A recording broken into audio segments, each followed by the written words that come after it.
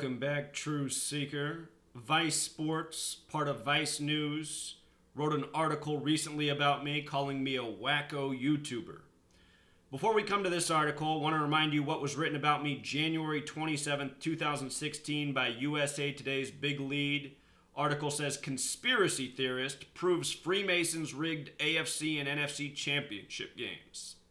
And really, that wasn't a very truthful headline because what they were really trying to make fun of me for was the fact that I had exposed exactly what Super Bowl 50 would be from October of that season on, saying why the Broncos would beat the Panthers, why Von Miller would be the MVP, why there would be a Black Panther tribute, how it was all synced up with the race war in the news, pitting black against white, often headlines of white police officers shooting black civilians.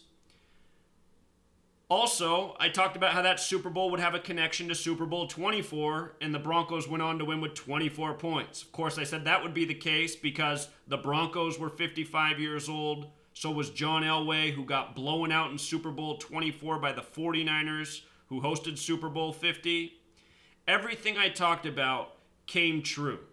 And this article was written the weekend before that Super Bowl was played, trying to make me look like a Looney Tune, attacking me for my work on rig sports, plus other things. The end of the article takes a shot at me for exposing the Sandy Hook lies. I'll link this article down below if you never read it before. It used to link my videos in it, but because Google deleted all of my content this past summer, the videos no longer work, If you do read this article, the last paragraph links to the Simpsons episode about Freemasonry. And in a way, I think the author of this article was trying to acknowledge that I really was correct by linking this. Again, Simpsons, a lot of predictive programming. They did it last year for the Super Bowl that the Patriots won over the Falcons, which I talked about the day Tom Brady came back. That same day, release of a Simpsons episode about the Patriots, how that was synced up with the upcoming Super Bowl at the time, Super Bowl 51. So anyway, that was then, this is now. This article trying to make fun of me for my work on this past World Series. In spring training, I said I liked the Astros to be in the World Series. In August, after the manufactured flooding of Houston, I explained how Houston was a lock to win the World Series. After the fires in LA, I explained how them beating the Los Angeles Dodgers made a lot of sense. Exactly what happened. So let's just read this article. Wacko YouTuber proves. Notice how both articles did the same thing. Emphasize the word proves while making fun of me in the headline. Wacko YouTuber proves World Series was rigged. Then subheadline, a YouTuber has crunched all the numbers and shows exactly how the World Series was scripted to have Houston win. Spot the lie. This was written November 20th, 2017. Just got wind of it today, almost a month later. So they link my video here, which is still up, but only for so long. I'm on my 10th channel since June, so just a matter of time until this one's deleted and that video link doesn't work either. But what it says is, what you are watching above is 8 minutes and 33 seconds of commentary that intends to prove that the World Series and all sports really was rigged. And it doesn't intend to prove, it does prove. Everything I've shown proves that sports are rigged. I have called pretty much every sports championship correctly in the time I've been aware of this knowledge. For anyone who missed what I did in this year's college basketball tournament, before it began, I explained that North Carolina would beat Gonzaga. I said the Carolinas would do great in the tournament because it was all about the bathroom bill. If you forget, bathroom bill cost the NBA the All-Star game from Charlotte. It got moved. And it was making big headlines at the time the tournament was starting again. Bathroom bill was about who can use the bathroom, the men, the women, or the trannies. Who won the women's tournament? And I said the Carolinas were going to do well. The South Carolina Gamecocks won the women's tournament, but the nickname for the ladies' team is the Ladycocks. The Ladycocks, the bathroom bill, who can use it, the trannies. Like I've been proving, sports and media, news, it's all part of a script that's all together. But in the men's tournament, I said it would be North Carolina over Gonzaga, and 71 was the number. North Carolina won with 71 points. Why did I know it was 71? Because the bracket was decided on the 71st day of the year. The Jesuits run the world of basketball and pro sports. Catholic equals 71. So does Gonzaga. So does Gonzaga Bulldogs. So does March Madness. North Carolina beats Gonzaga with 71 points in the championship. Those are just a few of the many things I've called in the world of sports. I've called so many things correctly in the years that I've been doing this. My work deserves a lot more attention. And I don't deserve to be called a wacko because I have proven my points rock solid. You know, this isn't some flimsy foundation, some out there theory at this point. This is something that's never been seen. And all these long-nosed tyrants in the media, all they can do is try to mock and discredit, you know, being what they are. So let's continue. He writes, it involves Matt Harvey. This is about the rigging for this past World Series. Matt Harvey, Hurricane Harvey, Sports Illustrated, Gematria, an alphanumeric cipher that assigns a numeric value to words and phrases, and Charlie Morton's pitch count. Well, it's really more than that.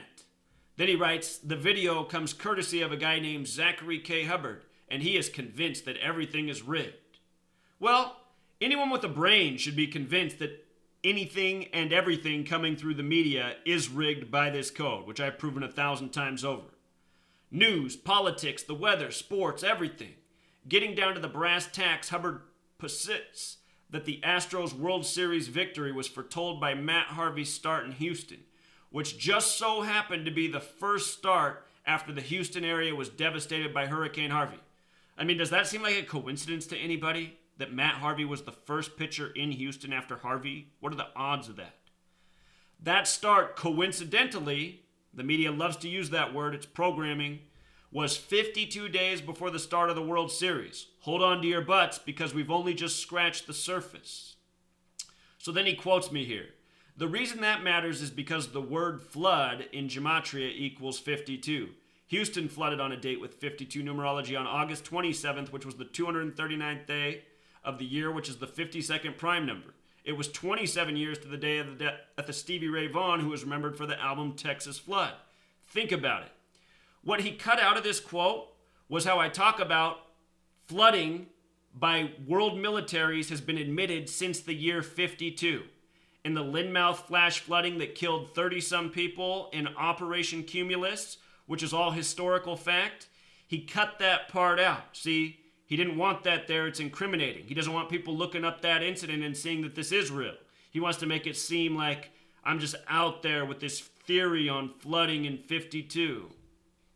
So then he writes, in light of these numbers and some other extremely reasonable stuff about the government causing flash floods, see, well, at least he sort of brings it up, but he doesn't quote what I said. By doing chemistry in the sky, he quotes that part, because he can kind of make me look dumb. And Charlie Morton recorded the final out of Game 7 on his 52nd pitch. It's pretty obvious that baseball is no different than pro wrestling. And that's true. He's trying to be sarcastic, but it's absolutely true. All of professional sports is rigged and scripted as the WWE. It's exactly identical. And also what he leaves out are the numerous other examples of 52 in this past year's MLB playoffs and World Series. There were so many tributes to 52, it was mind-numbing. So then he writes, but it's not just the games themselves that are rigged. Even things like managerial firings are all part of the equation. Now you might be wondering how something like firing the manager can be rigged, and I gotta tell you, that is a very fair question. Nevertheless, here is a video about how the fix was in for Joe Girardi. If you watch this video, I mean, the points I express are very clear. The points I make are very clear. You'd have to be a fool to deny what I showed, especially in light of what happened after, which was the hiring of Aaron Boone, which happened after this article was written. But Aaron Boone's hiring proved exactly what I said about Joe Girardi, which we'll come back to.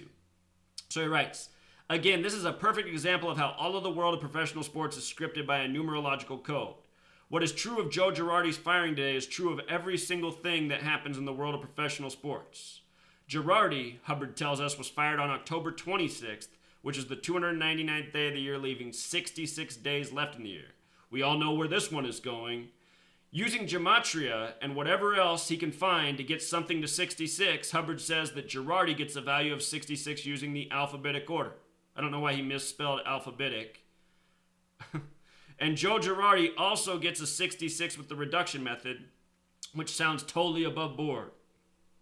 Well, in the video, I educate on how these methods work and the significance of 66. Girardi, a manager for 11 years. If you add 1 through 11, it equals 66. He was coaching in New York, the 11th state. Anyhow, there is also a fairly sizable detour in this video where we learn that the Jews did 9/11 and people who make fun of him are dumb, ignorant motherfuckers, which is absolutely true. And then his final point, anyway, back to the main and unassailable point we started with, which is that the World Series was rigged because Charlie Morton threw 52 pitches. No, I never made that point. I just said that that was just one last example of the rigging of 52.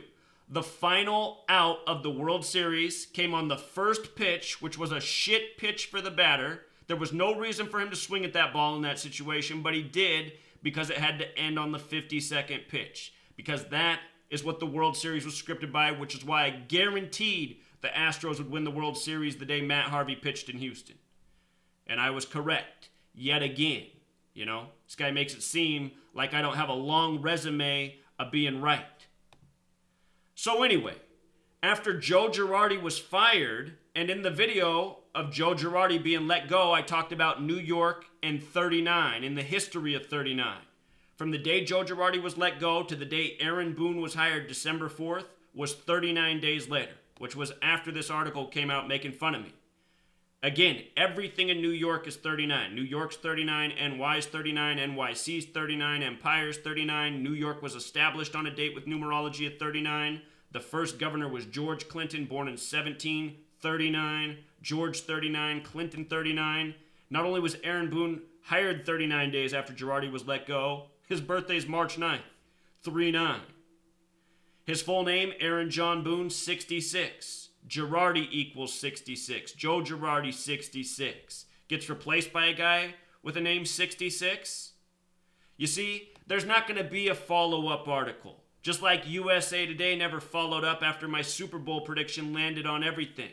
They just want to try to make me look like a Looney Tune and mock my work, even though my work, and if you want to call it a theory, it's more proven than anything out there. You could laugh at anything in science if you're going to laugh at my work. If my work's a theory, I've backed it up better than any scientific theory on the planet. And with regards to this guy's comment about 9/11, I want to remind you about Vice magazine and their history with 9/11. Talked about this before. This is Vice, the same publication. Apparently, we were in on 9/11. And then they acknowledged that in their 1994 article, they put out this story. What is Al-Qaeda? In 1994, this magazine introduced Al-Qaeda. Who'd ever heard of Al-Qaeda before? And not only did they introduce Al-Qaeda, but they did it with this illustration. Beavis and Butthead wearing turbans, flying cartoon planes into the World Trade Center in 94. And you can go back and read this article. They talk about how the World Trade Centers could be brought to the ground. Does this seem like predictive programming? Does this seem like coincidence? See, they want to use that word coincidence all the time. In this article, they want to say that it's ludicrous for anyone to assume that they had any foresight on 9/11 based on this article that they wrote and illustrated in 94. You see, this is what the mainstream media does. It takes the truth and puts it in front of people's face and tells people the truth is ludicrous. It's stupid. You know, it's wacko. Sorry, my points continue to be proven. I'm still waiting for Ryan Phillips to do a real article, some real journalism, interviewing me. You know, talking about how many more things I've gotten correct since this happened. You know, I've nailed the NBA Finals twice, the Super Bowl, the World Series, college championships, and more since this happened.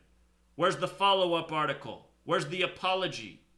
You know, and then these people have the audacity to come in and write this, wacko. You see, this is why I don't respect the long noses. This is why I'm down with 86ing the long noses. These people are the filth of the world.